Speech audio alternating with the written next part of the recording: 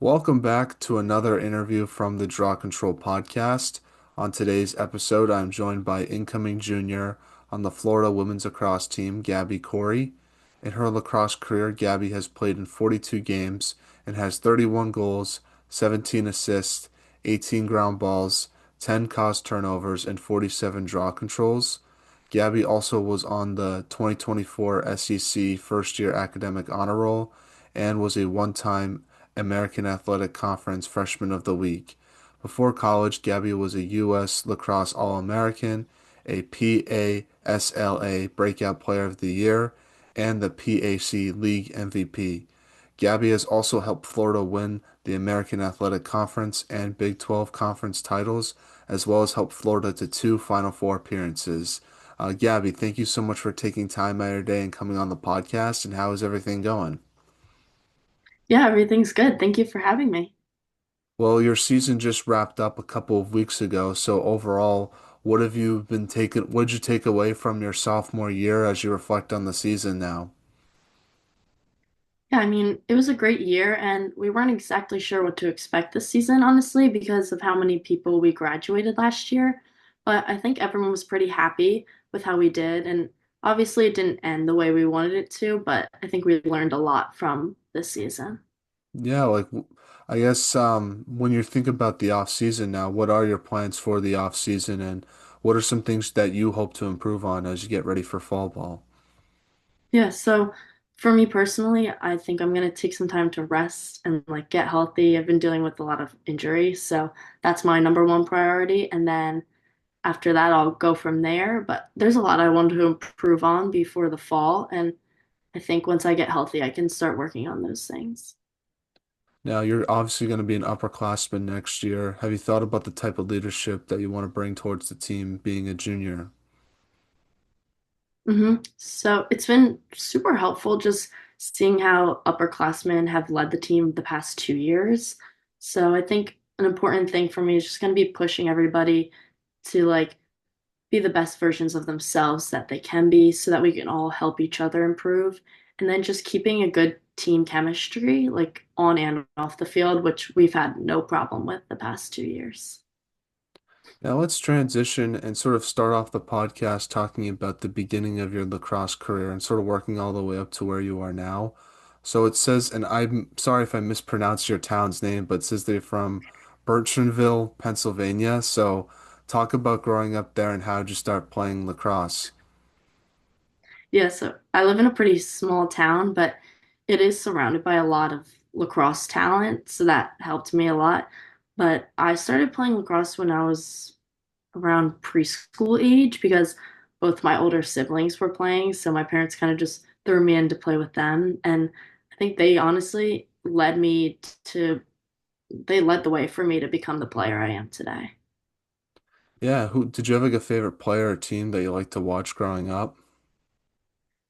Yes, so I would say that my favorite player to watch was probably Taylor Cummings, just because she was like a two-way midi and she took draws, and I just thought it was really impressive how she contributed all over the field. As far as watching lacrosse, I honestly didn't watch too much women's lacrosse when I was growing up, unless it got to like championship weekend, then I would definitely watch that. But I would watch a lot of men's lacrosse as well, or just watch whenever my brother or sister would play. Now, before college, you played for your high school for Owen J. Roberts High. What was your high school lacrosse experience like, and do you have like a favorite memory from your time there when you reflect on it now? Yeah, I mean, my high school experience was an experience that I really wouldn't trade for anything in the world. I got to play with all my best friends on a team, and like we knew we could compete with anyone. So there's really not much more you can ask for. And obviously, my senior year ended perfectly. We won conference, districts, and states, so that was a great ending. And I would say that my favorite lacrosse memory was definitely winning states my senior year because our team just had this unbreakable bond and we all looked forward to going to practices every day and we all just were on the same page and all wanted to win. Now, you also play club lacrosse for NXT. How did your club lacrosse experience sort of help prepare you for college with Florida? Yeah, that's another experience that I will never forget. I mean, we had such a talented group of girls and again, like just we were all super close knit, and I don't think you can find a more competitive team than what ours was. So that was super helpful. We played like top talent every single weekend, and just being able to play with girls that are so talented, I think really helped me prepare for college. Now, talk about your recruiting process. What was that like for yourself, and what made Florida sort of stick out versus other schools you might have looked at? Yeah, so I basically had been very interested in Florida since I would say around my eighth grade. And I just think it's a perfect all-around school. It has great academics that really challenge me. It has great sports like all around, including lacrosse, and it's warm, which was a huge part for me. I love the warmth. And the coaching staff and all the girls were just so welcoming on my visit, which really helped me make that decision. Now, as a freshman, what was the biggest adjustment you had to make to college lacrosse? For me, I would say the biggest adjustment was just the wear and tear on your body. Like I wasn't a huge lifter before I went to school, and once you get there, like you're lifting 2 to 3 times a week. So that was a pretty big adjustment. And then obviously the game is just a lot more physical, so it took my body some time to get used to that. In fact, I might still be getting used to that going into my junior year. Yeah, I feel like you're always adjusting and trying to figure out ways to get better, even in college, which I feel like some players don't. Like, you always think about the adjustments you're going to have to make as a freshman, but I feel like sometimes you forget that you're always making those adjustments, even as a junior to where you are now. Yeah, constantly. Now, let's talk about your freshman year. So, in your freshman year, your team won the AAC championship. Talk about winning the AAC championship in your freshman year and sort of what that meant to you and the team. Yeah, that was a super fun moment for me, especially because it was my first championship with this team. But honestly, I knew with like the talented group of girls that we had that that was kind of just the expectation. Like, so we had so much more in us that that was just the start of our season. And I think we just all understood that deep down. And like, yeah, we were happy, like you just won a championship, but we knew there was more to come. Now, in the NCAA tournament run that your team had was magical to say the least.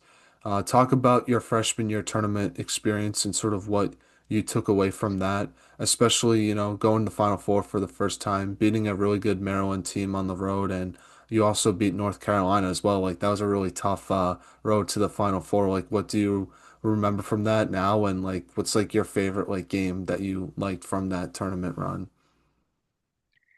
Last year's tournament was honestly a really memorable time for me, and I think the rest of the team as well. I think the entire team was just super motivated to face those particular teams because we kind of felt like the the pathway to the Final Four was pretty tough for us. So I think we just had that motivation as soon as we saw the selection show. We are like, all right, like game on. It's not going to be easy, but I think we just had like a chip on our shoulder, and that really helped us drive into the every single game. And I would say my favorite game from that would probably be Maryland because we had to go up to Maryland to play them on their home turf. And I don't know, there's always adjustment, especially with our AstroTurf and everything. And it was just a super fun game, knowing that right after that we were going to the Final Four. Was that the toughest atmosphere you've ever played in? Um, Atmosphere, I don't think so. I Like mean, the we had a just I lot of feel our like own fans the there. road fans sometimes especially traveling up north and Yeah. just like the I guess I don't know I feel like sometimes like it seemed like there was a lot of people there supporting Maryland, so if I don't know if that's one of the tougher road atmospheres you've played in.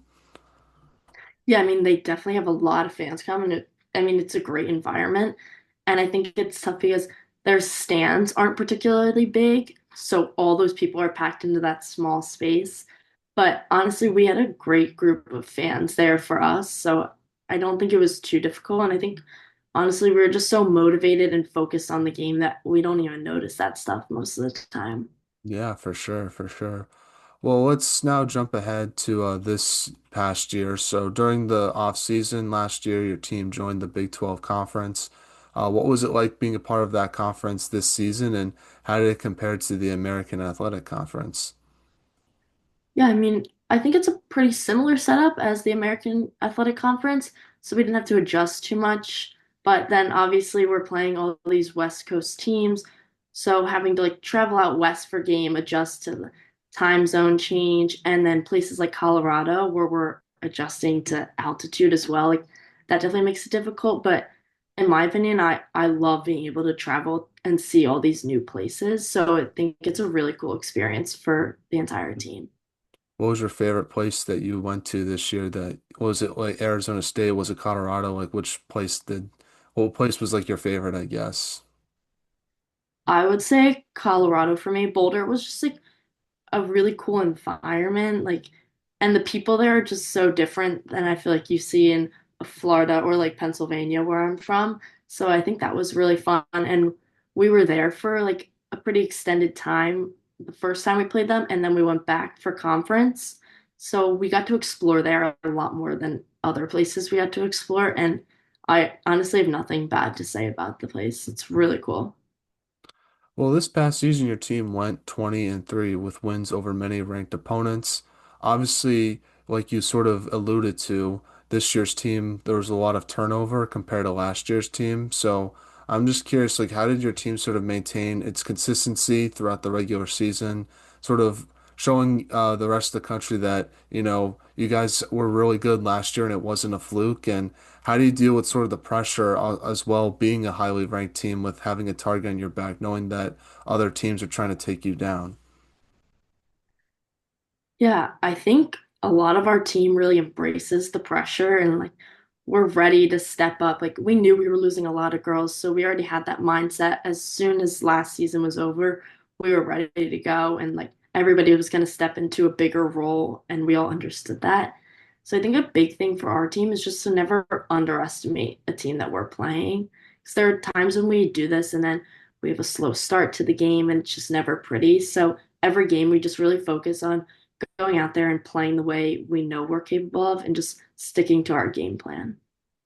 Do you have like a favorite game from last year that sticks out to you? Like, was it the Clemson game? Was it the UPenn game? Which game was like your favorite? What was like your favorite win from the regular season? Yeah, so I would say like I would say the Penn game was super fun. It was a great environment, like playing in their big football stadium. It was like a cold game, which made it interesting. And that was one of the games where I wasn't really supposed to play, and then I ended up going in and playing. So I think that was just super fun, like getting back out there after I hadn't played in a few games and being able to get that win on the road against a very talented UPenn team. Like that was just an awesome experience. Yeah, for sure. And hometown, sort of too. I don't know how far Yeah. it is away from where you're from, but that's pretty cool as well. Yeah, it was super cool. Now, your team won the Big 12 championship this past year. What was it like winning that conference trophy, and did it mean to your team?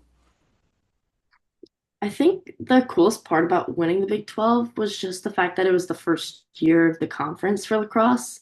Like that's just a really cool memory. But I'd say pretty much the same as last year's conference. Like these are expectations for us at this point, and like I have these expectations. I'm pretty sure our entire team has them as well. Like we just went out there and knew we had to take care of business, and that's really what we did. And again, it's super fun. Like any winning any championship is super fun, especially with a great group of girls, but it's just our expectation at this point.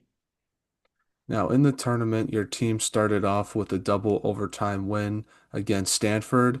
Talk about that game and your reaction when Caitlin Davies scored that goal. And overall, I was really curious about the defensive game plan that your team had against Stanford because they did outshoot you in that game, but they only scored 12 goals and they turned the ball over 16 times. So I'm curious, like, what your team did to sort of, I guess, sort of accept that they were going to get a lot of shots on net, but make sure that they weren't going in and figuring out ways to be aggressive so they turn the ball over so you guys can get some more extra offensive attacking possessions. Right, yeah. I mean, that was a super exciting game, I think, for everybody on the field and everybody that was watching it. And I think I don't know. I think that our defensive game plan was to lock off number 24 and then just play our typical like man-to-man defense all around.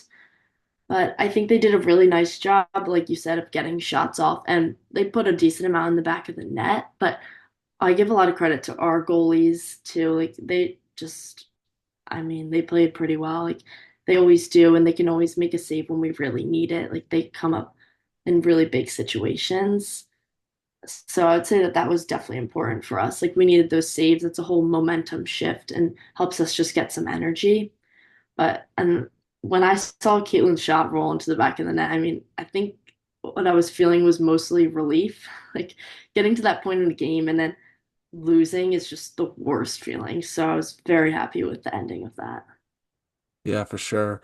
And it was a very crazy emotional game too, so that must make it Mhm. even more emotional, I imagine. Yeah, it was a crazy ending. Now, you then squared up against Duke and won that game 11 to 9. And the key to that win, in my opinion, was the draw circle. Last year, in my opinion, you had the best draw taker in the country in Liz Harrison. And I felt like she was a really big part of why you won that tournament game last year against Maryland. But being a part of the draw unit like you are as a midfielder, what would you say is like the big difference between how you guys strategized the draw this year compared to last year, which culminated into the success that you had against Duke against a really good draw taking squad? Because it felt like the draw for your team from a fan perspective was sort of a work in progress. Like I remember the game against James Madison. I feel like that was an area your team really struggled in, and that's a big reason why JMU won that game. And obviously throughout the regular season it got better. So I'm just curious from your perspective, that area of the game and specifically against Duke and how it sort of compared to last year against Maryland. Mhm. I mean, it's really impossible to replace somebody like Liz at the draw. Like she was just phenomenal. Like there was nobody that was as good as her. So moving into the season, we knew people were gonna have to step up. And like you said, I think that got better as the season went on. But honestly, I give the Duke draw taker a lot of credit. And obviously their circle players are very talented as well. But for that game, we were just trying our best to not let their draw taker win it to herself. And we were really forcing the ball to the circle. So that put a lot of pressure on all the circle players. And I think we just came up with some big possessions on the draw. And I think that really helped us towards the end of the game, keeping the ball out of their sticks. Then obviously you guys went back to the Final Four and unfortunately lost to North Carolina. Obviously your team has played them a lot the past 2 seasons in really competitive, feisty games. But what would you say was the main difference between the North Carolina game and the tournament last year compared to the Final Four game that you played them this year? And how have you reflected on that loss a couple weeks out? Because you guys really started off that game strong, but then unfortunately North Carolina had a good game plan in the second quarter and really took off from there. Yeah, I mean, I really have no excuse for our performance that game. It was pretty brutal, but I mean, they're a very talented team, and we knew it was going to be a battle. But we really just like after that first quarter, we just couldn't do anything right that game, and it was super frustrating in the moment. And I still feel that frustration today. But I do think we learned a lot from that game. So that'll hopefully help us next season. But yeah, like last year, the difference in the games between last year and this year were pretty drastic. Obviously, last year they had a lot of injuries and such, but I think we were more confident last year during that game than we were this year because maybe the stakes were higher. Like last year, we played them like first round, right? I think. Yeah. And then this year, it being the final four, I guess stakes were higher, and we just didn't handle that pressure as well. So let's. Oh, I also want to ask, what was the Final Four experience like for you at Gillette compared to North Carolina? Because obviously there's a lot to talk about growing women's lacrosse, and it seemed like everyone loved it at Gillette, having it with the men's Final Four. I wondered if you sort of agreed with that, sort of being a part of it as a player. I totally agree with that. July was awesome. I think what made it so cool was like the significance behind the field, just it being such a huge football stadium. It's like a historic stadium. So that was awesome. And honestly, the staff there did a great job too. Like it was just a much better setup and everybody had their own like big locker room. So they did a really nice job there. And it was a super cool experience being able to play on that field.